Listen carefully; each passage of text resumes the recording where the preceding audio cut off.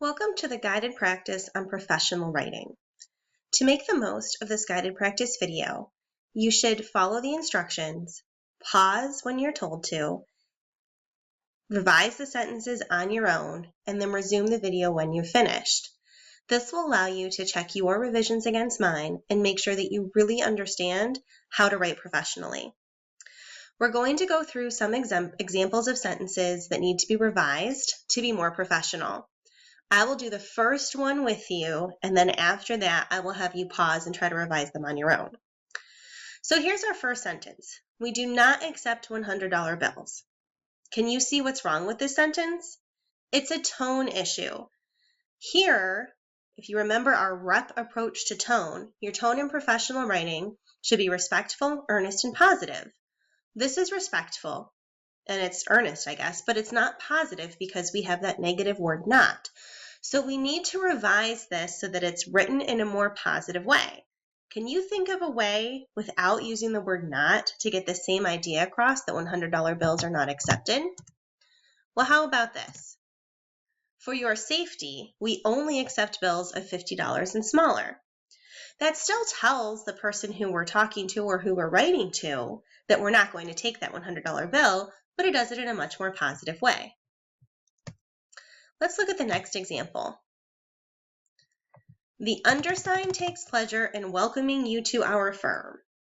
At this point, pause the video, identify what is unprofessional about this sentence, correct it, and after you've made your revision, resume the video to see if your revision is correct.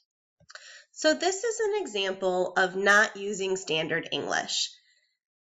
We would never say anything like the undersigned takes pleasure when we're speaking to our coworkers, so why would we ever write that way? We need to revise this sentence to just make it use more standard English. So here's one way we can do that. Instead of saying the undersigned takes pleasure in welcoming you to our firm, we can simply say, I am pleased to welcome you to our firm. Let's look at another example. Maybe if the project leader had set a reasonable schedule from the beginning, we wouldn't be in this mess now. Identify what's wrong with this sentence and revise it. Pause the video now, and then come back when you're ready. This is another tone issue. This sentence isn't very respectful. It's understandable that a person would be frustrated in this position, but there's a much more respectful way of wording it. So instead of saying that maybe if the project leader had set a reasonable schedule from the beginning, we wouldn't be in this mess now, we could revise that to more respectfully say, the project leader set an aggressive schedule and we are now having a hard time sticking to it. Let's look at our next sentence that needs revised. I'm not sure what else is on your plate this afternoon, but I need these numbers by the end of the day. Figure out what's unprofessional about this sentence and revise it, and then come back to the video when you're ready. The first problem with this sentence is that it's not using standard English. It has that figure of speech, what else is on your plate, included in the sentence. So we need to revise that to make it standard American English. Here's one possible revision. I know you probably have other things to work on today, but I need these numbers by this afternoon. But there's also a tone issue here. To say that you know someone has other things to you, but you're going to completely interrupt them and make them do something else for you, isn't a very professional tone. This isn't very earnest. If someone were being genuine, they would be more sensitive to the fact that they're asking for someone to do work on very short notice. So let's revise that part of this sentence as well. And here's one way we can do that. I know you probably have other things to work on today, and I apologize for the late notice, but it's really important that this report get finished today. This sentence now corrects the figure of speech issue and the tone issue. This is more earnest and genuine. Here's our last sentence to revise. All employees and their wives are invited to the fireman's gala.